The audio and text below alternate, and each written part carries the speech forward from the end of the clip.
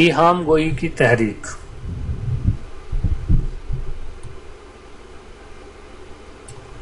ایہام سے مراد یہ ہے کہ شاعر پورے شعر یا اس کے جزء سے دو معنی پیدا کرتا ہے، یعنی وہ کئی بار کوئی ایسے الفاظ کا استعمال اپنے شعر میں کرتا ہے یا پورا شعر ہی ایسا ہوتا ہے کہ جس سے دو معنی پیدا ہوتے ہیں، ایک معنی قریب کا اور ایک معنی دور کا، اور جو دور کے معنی ہیں یعنی معنی جو بعید کے معنی ہیں وہی اس شعر میں یا اس لفظ سے جو ہے وہ معنی اخذ کی جاتے ہیں، لیے جاتے ہیں۔ یعنی شعر میں ایسے زو معنی یعنی دو معنی لفظ کا استعمال جس کے دو معنی ہوں، ایک قریب کے دوسرے بعید کے، بعید یعنی دور کے، اور شاعر کی مراد جو ہے وہ بعید سے ہو یعنی دور کا جو معنی ہو وہ لیا جائے، جو ہے اخذ کیا جائے، تو اس کو جو ہم ایہام کہتے ہیں۔ اردو شاعری میں ایہام گوئی کی شروعات کب اور کیوں ہوئی اس کے بارے میں دیکھتے ہیں۔ ولی دکنی کا دیوان 1720 عیسوی میں دہلی پہنچا تو دیوان کو اردو میں دیکھ کر یہاں کے شعراء کے دلوں میں جذبہ اور ولولہ پیدا ہوا، اور پھر ہر طرف اردو شاعری اور مشاعروں کی دھوم مچ گئی۔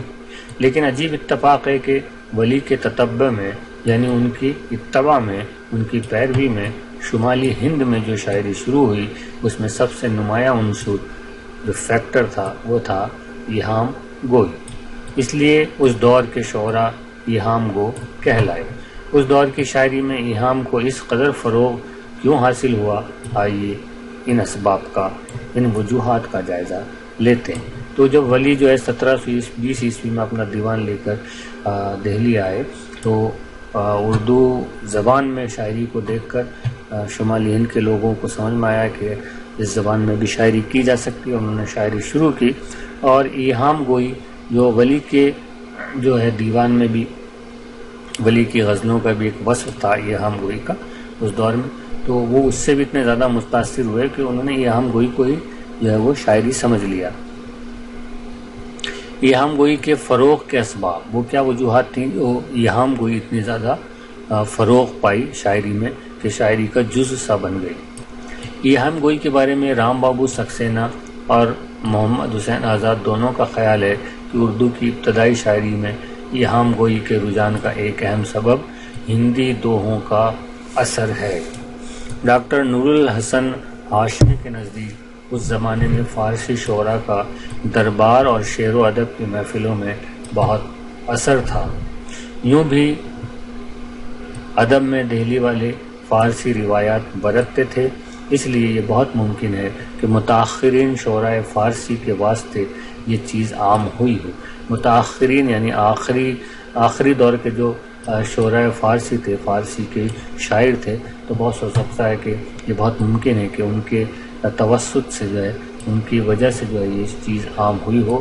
اور یا پھر ہندی دوہوں کے اثر سے جو ہے وہ یہ چیز اردو شاعری میں آئی ہو۔ اس سے واضح ہوا کہ ایک سبب ایہام گوئی کا ہندی دوہے ہیں، اور دوسرا سبب متاخرین شعراء فارسی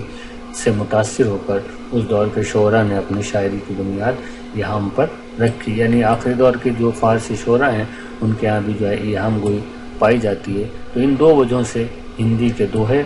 اور آخری دور کی جو فارسی شاعری ہے اس میں ایہام گوئی کا ہونا، ان دو وجہوں سے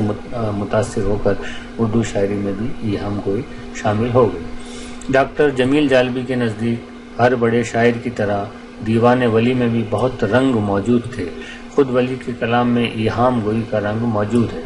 اگرچہ ولی کے ہاں یہ رنگ سخن بہت نمایاں نہیں، لیکن ہر شاعر نے اپنی پسند کے مطابق ولی کی شاعری سے اپنا محبوب رنگ چنا۔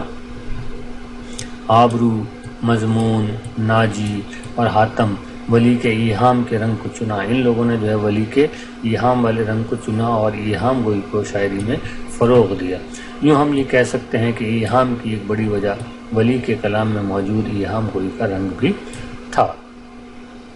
ان تین اسباب کے علاوہ ایہام گوئی کے رجحان کا ایک اور اہم سبب محمد شاہی عہد کے درباری اور مجلسی زندگی تھی۔ یہ دور بر صغیر کا نہایت بحرانی دور رہا، یعنی اس دور میں سکون نہیں تھا، بحران تھا، ہنگامہ مچا ہوا تھا، اور محمد شاہ وہ بادشاہ تو بن گیا تھا لیکن اس میں وہ صلاحیتیں موجود نہ تھیں جو گرتی ہوئی حکومت کو سنبھال سکتی۔ یوں اس نے اپنی ناکامی کو چھپانے کے لیے عیش و عشرت اور رقص و سرور کا سہارا لیا، شراب اور ناچ گانے کا سہارا اور موج مستی کا اس نے سہارا لیا۔ اس نے سوچا اب حکومت تو جا ہی رہی ہے، جتنے مزے کر سکتے ہیں وہ کر لیے جائیں۔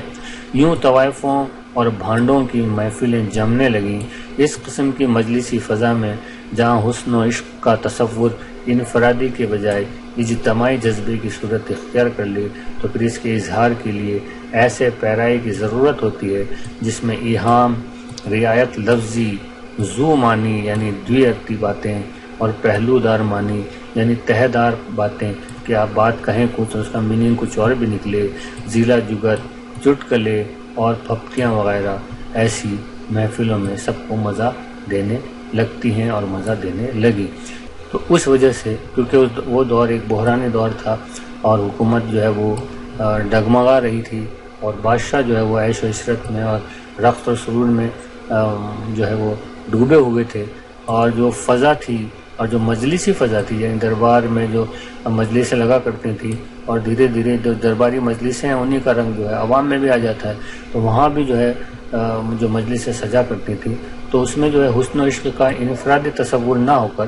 حسن و عشق ایک طرح کا پرسنل مسئلہ ہے، اس کو جو ہے اجتماعی جب ہم کر دیتے ہیں اور سب لوگوں کے سامنے جب ہم حسن کی، عشق کی، پیار محبت کی یا اس طرح کی وہ باتیں جو معاشرے میں نہیں ہونی چاہیے، جو ڈھکی چھپی رہنی چاہیے، ان کی جب ہم باتیں کرنے لگتے ہیں، یعنی جنسی جو جذبات ہیں ہمارے، ان جنسی جذبات کا جب ہم کھلے عام پر اظہار کرنے لگتے ہیں تو پھر کیا ہوتا ہے، پھر ہمیں ایک ایسے پیرائے کی، ایک ایسے طریقے کی ضرورت ہوتی ہے کہ ہم کھلے عام تو اس طرح کی بات کر نہیں سکتے، تو ہم کیا کرتے ہیں، پھر ہم رعایت لفظی کا استعمال کرتے ہیں یا ڈبل میننگ جو ہے دوئرتی سمواد یا دوئرتی باتیں یا دوئرتی دو میننگ والی جو ہے شاعری جو ہے وہ ہم کرتے ہیں۔ تو یہی سب وہاں کچھ ہونے لگا تھا، اور چٹکلے اور پھپتیاں بھی جو ہے گندے چٹکلے اور گندی پھپتیوں کا بھی سہارا لیا جاتا ہے۔ تو یہ سب وجوہات بھی رہیں کہ جو ہے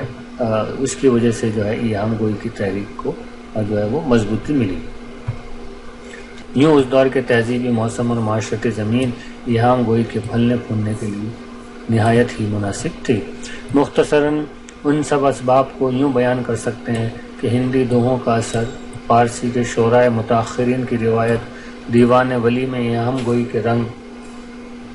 کی موجودگی اور محمد شاہی عہد کی مجلسی اور تہذیبی زندگی ایہام گوئی کے رجحانات کو عام کرنے میں معاون و مددگار ثابت ہوئی۔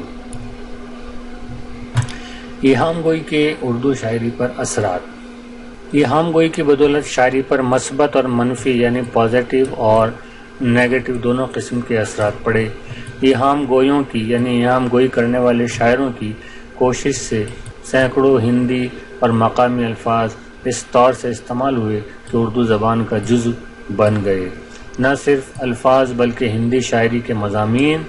خیالات اور اس کے امکانات بھی اردو شاعری کے تصرف میں آ گئے۔ جیسا کہ اوپر بیان ہوا ہے، ایہام گوئی کے رجحان سے جہاں اردو زبان پر مثبت اثرات مرتب ہوئے وہیں اس کے کچھ منفی اثرات بھی ظاہر ہوئے۔ اب ایہام گوئی کرنے کے لیے کیونکہ ہمیں ایسے الفاظ چاہیے کہ ایک لفظ کے کئی معنی ہوں، تو ایہام گوئی کی شاعری کرنے والوں نے بہت سارے ہندی زبان کے اور مقامی جو ہے وہ زبانوں کے بہت سارے الفاظ کو جو ہے وہ اردو زبان میں شامل کر لیا۔ تو اس سے فائدہ یہ ہوا کہ اردو زبان کے جو الفاظ کا ذخیرہ تھا وہ بہت زیادہ بڑھ گیا۔ جب ایک مخصوص فضا میں ایہام کا رواج ہوا جہاں الفاظ کی بازیگری کو استادی سمجھا جانے لگا تو شاعری صرف الفاظ کے گورکھ دھندے تک محدود ہو کر رہ گئی۔ یہ اس کا منفی اثر ہوا، یعنی شاعری صرف الفاظ کا گورکھ دھندا بن کر رہ گئی اور اس کا مقصد صرف یہ رہا کہ ایسے الفاظ کا استعمال کریں کہ دو معنی نکلیں اور جو ہے لوگ کنفیوز ہوں یا لوگ اس کا مزہ لیں کہ یہ معنی یہ ہے اور اس کا یہ معنی یہ ہے، اور الفاظ کا گورکھ دھندا اور بازیگری کی طرح جو ہے وہ شاعری ہو گئی۔ اس کے اندر جذبات، احساسات اور فکر جو ہے وہ اس کے اندر باقی نہ رہی۔ لفظ تازہ کی تلاش میں متبذل اور بازاری مضامین بھی شاعری میں گھس آئے، اور تازہ کی تلاش میں نئے لفظ اور تازہ لفظ کی تلاش میں کیا ہوا کہ بازاری مضامین بھی جو ہے وہ شاعری میں گھس گئے۔ نیز جب شاعر لفظوں کو ایہام کی گرفت میں لانے کی کوشش میں مصروف رہے تو پھر شاعری میں کیا ہوا، جذبہ اور احساس وہ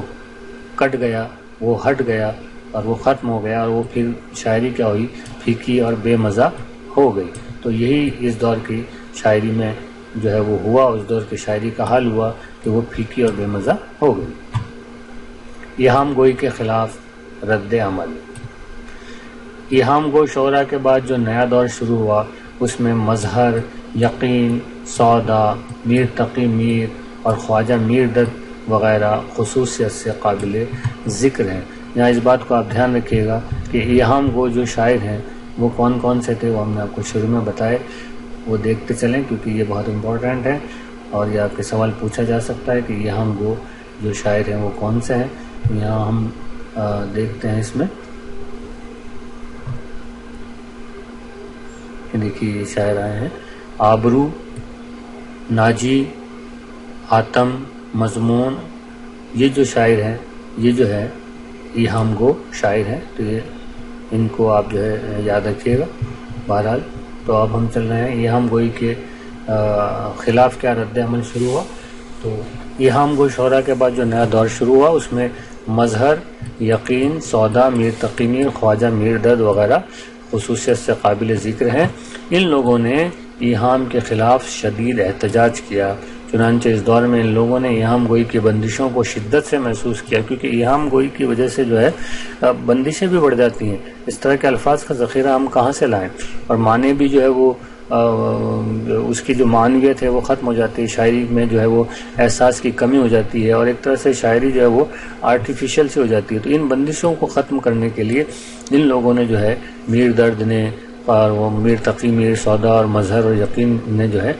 اس کے خلاف احتجاج کیا، کیونکہ ایہام گوئی کی وجہ سے زیادہ شعر کہنا مشکل تھا، اس لیے ایہام گوئی ترک کرنے کے بعد شعراء کے دیوان خاصے ضخیم ہونے لگے،